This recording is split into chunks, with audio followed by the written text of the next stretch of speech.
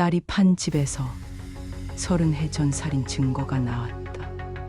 그날 그녀는 등기부등본 앞에서 숨이 막혀왔습니다. 주인 이름이 분명 어제까지만 해도 자신의 것이었죠. 그런데 오늘은 딸의 이름으로 바뀌어 있었습니다. 한정우. 신일. 남편이 세상을 떠난 뒤 그 집이 전부였어요. 서랍 속 깊숙이 보관해둔 도장과 인감증명서는 오직 자신만 건드릴 수 있다고 믿었죠. 그런데 누군가 그걸 가져갔습니다. 그녀는 떨리는 손으로 딸에게 전화를 걸었습니다. 민지야, 이게 무슨 일이야? 전화기 너머로 들려온 건 짧은 한숨뿐이었죠. 엄마, 사위 빚이 너무 많았어. 그냥 잠깐만 우리 버티려고 한 거야. 그 순간 정욱의 가슴 속에서 무언가 무너져 내렸습니다. 그녀는 집 거실 한가운데 서서 멍하니 주변을 둘러봤습니다. 남편과 처음 이 집을 계약하던 날 서류 위에 서툰 서명을 하며 웃던 얼굴이 떠올랐죠. 그 추억이 지금은 차갑게 부서져 발밑에 흩어져 있었습니다. 그날 오후 부동산에서 전화가 왔습니다. 집을 보러 오겠다는 사람이 있다고 했죠. 정욱은 처음엔 거절하려 했습니다. 하지만 목소리 속에 묘한 뉘앙스가 있었습니다. 그 사람 계약 의지가 아주 강하십니다. 오늘 바로 오신답니다. 몇 시간 뒤 현관문이 열렸습니다. 그리고 그녀는 숨을 삼켰습니다. 낯선 남자가 아닌 30해 전 자신을 떠나버린 첫사랑이 문 앞에 서 있었습니다. 김현수. 그의 눈빛은 젊은 시절과 똑같았죠. 하지만 표정 속엔 알 수 없는 그림자가 드리워져 있었습니다. 그는 말없이 안으로 들어왔습니다. 부동산 직원이 계약서를 내밀자 현수는 주머니에서 두툼한 봉투를 꺼냈습니다.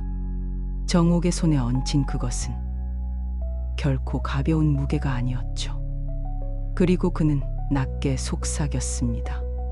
이번엔 절대 안 놓칠 겁니다. 그 말의 의미를 정옥은 이해하지 못했습니다. 다만 그 순간 느껴진 건 알 수 없는 두려움과 오래 묻어둔 감정의 뒤섞임이었죠. 그리고 직감했습니다. 이건 단순한 집 매매가 아니라고요. 그날 밤 정옥은 한숨도 잘 수 없었습니다. 창문 너머로 보이는 가로등 불빛이 흐릿하게 흔들려 머릿속은 그 남자의 목소리로 가득했죠. 이번엔 절대 안 놓칠 겁니다. 그 말이 자꾸만 귓가를 파고들었습니다. 30해 전 현수는 약속을 어기고 떠났습니다. 결혼하자던 말, 평생 지켜주겠다던 말, 모두 한순간의 거짓이었죠. 그때 그는 아무 말 없이 사라졌고 며칠 뒤 다른 여자와 결혼했다는 소문이 돌았습니다. 정옥은 그 사실을 받아들이는 데 오래 걸렸습니다. 그리고 이제 그는 다시 그녀 앞에 서 있었습니다. 다음 날 현수는 아무 예고 없이 집 앞에 나타났습니다. 평일 낮 손에 장바구니를 든 그는 마치 오래된 부부처럼 당연한 듯 부엌으로 들어섰습니다. 오랜만에 해줄게. 내가 좋아하던 된장찌개 말이야. 정옥은 혼란스러웠습니다. 그가 이렇게 자연스럽게 집 안을 돌아다니는 모습이 마치 이곳이 자기 집이라도 되는 것처럼 보였죠. 그녀는 조심스럽게 물었습니다. 왜 이 집을 사려고 한 거예요? 그냥 추억 때문인가요? 현수는 잠시 그녀를 바라보다 웃었습니다. 추억이라 글쎄요. 이번엔 내가 지켜야 할 게 있어서요. 그 말은 애매했지만 묘하게 위협적으로 들렸습니다. 며칠 후 동네 카페에서 우연히 한 여자를 만났습니다. 그녀는 현수의 전 부인이라고 자신을 소개했습니다. 말투는 차분했지만 눈빛에는 분노가 서려 있었죠. 그 사람이 왜 다시 돌아왔는지 알아요? 그 사람 당신한테 빚이 있어요. 아주 오래된 빚이요. 그녀는 그 이상 말하지 않고 떠났습니다. 집으로 돌아오는 길, 정욱의 손끝이 떨렸습니다. 현수가 말한 절대 안 놓친다는 말이 이제는 단순한 집착이 아니라는 걸 알 것 같았죠. 그건 그녀의 인생 전체를 뒤흔들 무언가였습니다. 그날 저녁 현수가 전화를 걸어왔습니다. 계약 나를 앞당기자고 했죠. 그리고 덧붙였습니다. 정우, 우리 예전처럼 다시 시작하자. 그 목소리 속에 담긴 건 사랑이 아니라 소유욕에 가까운 집념이었습니다. 정욱은 창밖을 바라보며 천천히 숨을 골랐습니다. 그리고 마음속 깊이 결심했습니다. 이번에는 절대 당하지 않겠다고요. 하지만 그 결심이 얼마나 위험한 싸움의 시작이 될지 그녀는 아직 몰랐습니다. 밤늦게 걸려온 전화 한 통이 정욱의 심장을 얼어붙게 만들었습니다. 수화기 너머에서 들려온 목소리는 낮고 거칠었습니다. 당신 그 사람하고 계약하면 큰일 납니다. 그리고는 뚝 끊어졌습니다. 번호를 확인했지만 발신자는 번호 없음이었죠. 그날 이후 집 주변에서 이상한 낌새가 느껴졌습니다. 퇴근길 골목 어귀마다 서 있는 낯선 남자. 편의점 앞에서 오래 머무는 검은 승용차. 창문 건너편에서 번쩍이는 카메라 플래시. 누군가 자신을 감시하고 있는 게 분명했습니다. 며칠 뒤 딸 민지가 집으로 찾아왔습니다.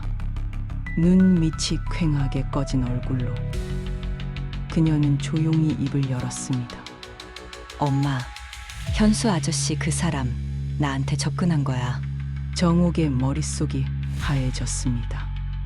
민지는 떨리는 목소리로 말을 이었습니다. 사위 빚을 대신 갚아주겠다고 했어. 대신 집을 넘기면 모든 걸 정리해주겠다고. 그 순간 모든 퍼즐이 맞춰졌습니다. 현수는 처음부터 집을 노리고 있었던 겁니다. 하지만 의문은 남았습니다. 그 집에 뭐가 있길래 그토록 집착하는 걸까? 그녀는 오래된 앨범을 꺼내 들었습니다. 그리고 한 장의 사진에서 숨이 멎었습니다. 신혼 시절 남편과 함께 찍은 거실 사진. 창틀 위에 놓인 작은 나무 상자. 그 상자는 남편이 절대 열지 말라고 했던 물건이었습니다. 그날 밤 정옥은 거실을 샅샅이 뒤졌습니다.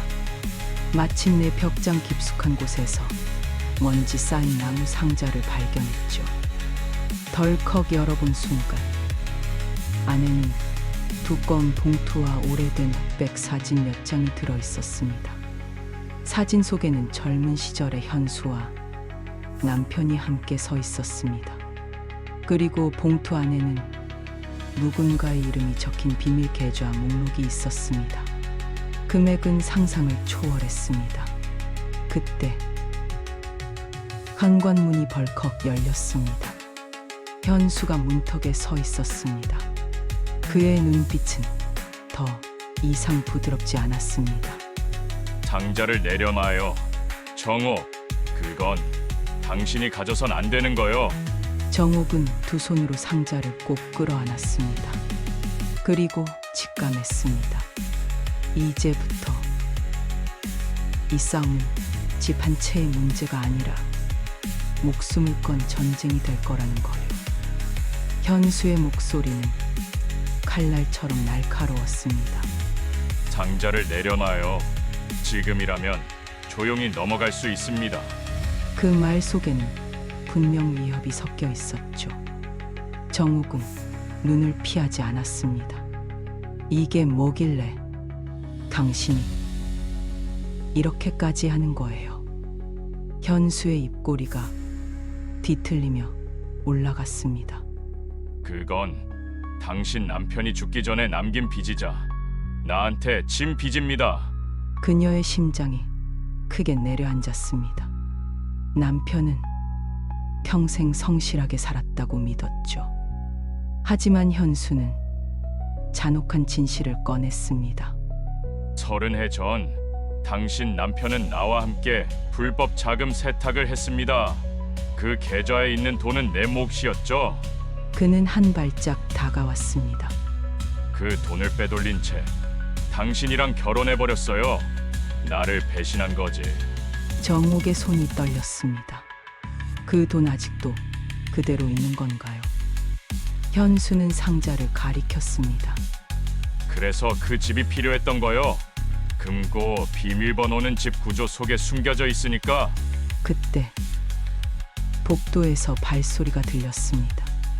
문틈 사이로 누군가가 서성이고 있었죠.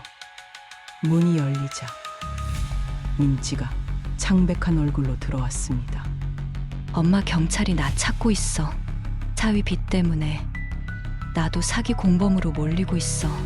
정옥은 딸을 끌어안았습니다. 하지만 현수는 싸늘하게 웃었습니다. 좋아요. 그렇다면 선택하세요. 계약서에 도장 찍고 상자를 넘기면 당신 딸 문제는 내가 해결해 줍니다. 정옥의 머릿속은 복잡했습니다. 계약을 거부하면 민지는 감옥에 갈 수도 있었습니다. 하지만 넘기면 현수가 손에 넣을 건 단순한 돈이 아니라 남편의 과거와 자신의 인생 전체였습니다. 그날 밤 정욱은 상자를 품에 안고 방 안에 틀어박혔습니다. 창밖에는 검은 승용차가 세워져 있었고 그 안에서 누군가가 그녀의 집을 똑바로 바라보고 있었습니다. 그 순간 깨달았습니다. 이 싸움에서 진다는 건 모든 걸 잃는다는 뜻이라는 거요. 그리고 마음속 깊이 결심했습니다. 그가 원하는 걸 절대 주지 않겠다고. 하지만 문 너머에서 들려온 낮고 낯선 목소리가 그 결심을 단숨에 흔들어 놓았습니다. 정옥 씨, 그 상자 그거 사람을 죽인 증거입니다. 문 너머에서 들려온 목소리는 낮고 차가웠습니다. 정옥 씨, 그 상자 안에는 살인 증거가 있어요. 정옥은 숨이 막혀왔습니다. 현수가 한 걸음 물러서며 고개를 저었습니다. 헛소리입니다. 저건 단순한 금융 자료일 뿐이에요. 하지만 문 앞에 선 남자는 경찰 신분증을 꺼내 보였습니다. 강력계 형사입니다. 오랫동안 그 상자를 쫓아왔죠. 정옥은 상자를 더 세게 끌어안았습니다. 형사는 조심스럽게 말을 이었습니다. 30해 전 사업가 한 명이 실종됐습니다.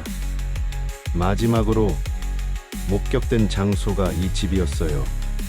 그리고 그 사건의 유력한 용의자가 당신 남편과 김현수입니다. 그녀의 온몸이 굳었습니다. 남편은 평생 성실하다고 믿었죠. 그런데 이제는 그 믿음마저 흔들렸습니다. 현수는 비웃듯 고개를 돌렸습니다. 믿지 마요. 경찰이 원하는 건 상자 안의 돈이죠. 형사의 표정이 굳어졌습니다. 그 돈이 아니라 안에 있는 사진과 테이프가 필요합니다. 거기에 살인의 전모가 담겨 있으니까요. 정옥은 상자를 열어보려 했습니다. 하지만 형사가 손을 뻗어 막았습니다. 지금 여시면 당신도 위험해집니다. 그 순간 창문이 깨지며 무언가 날아들었습니다. 연기탄이었습니다. 시야가 흐릿해지고 숨이 가빠졌습니다. 현수는 재빨리 상자를 낚아채려 했습니다. 하지만 정욱은 남은 힘을 다해 그것을 붙잡았습니다. 형사가 그녀를 끌어안고 밖으로 나가려는 찰나 어둠 속에서 또 다른 남자가 뛰어들어왔습니다. 그 남자는 형사의 뒤통수를 내리쳤습니다. 정옥의 귀에 속삭임이 스쳤습니다. 그 상자 남편만이 아니라 당신 딸의 이름도 들어 있습니다. 순간 심장이 내려앉았습니다. 이제 이 싸움은 과거의 진실을 밝히는 일이 아니라 딸의 목숨을 지키는 싸움이 되어버린 것입니다. 연기 속에서 그녀는 결심했습니다. 설령 모든 걸 잃더라도 그 상자만큼은 끝까지 지켜내겠다고요.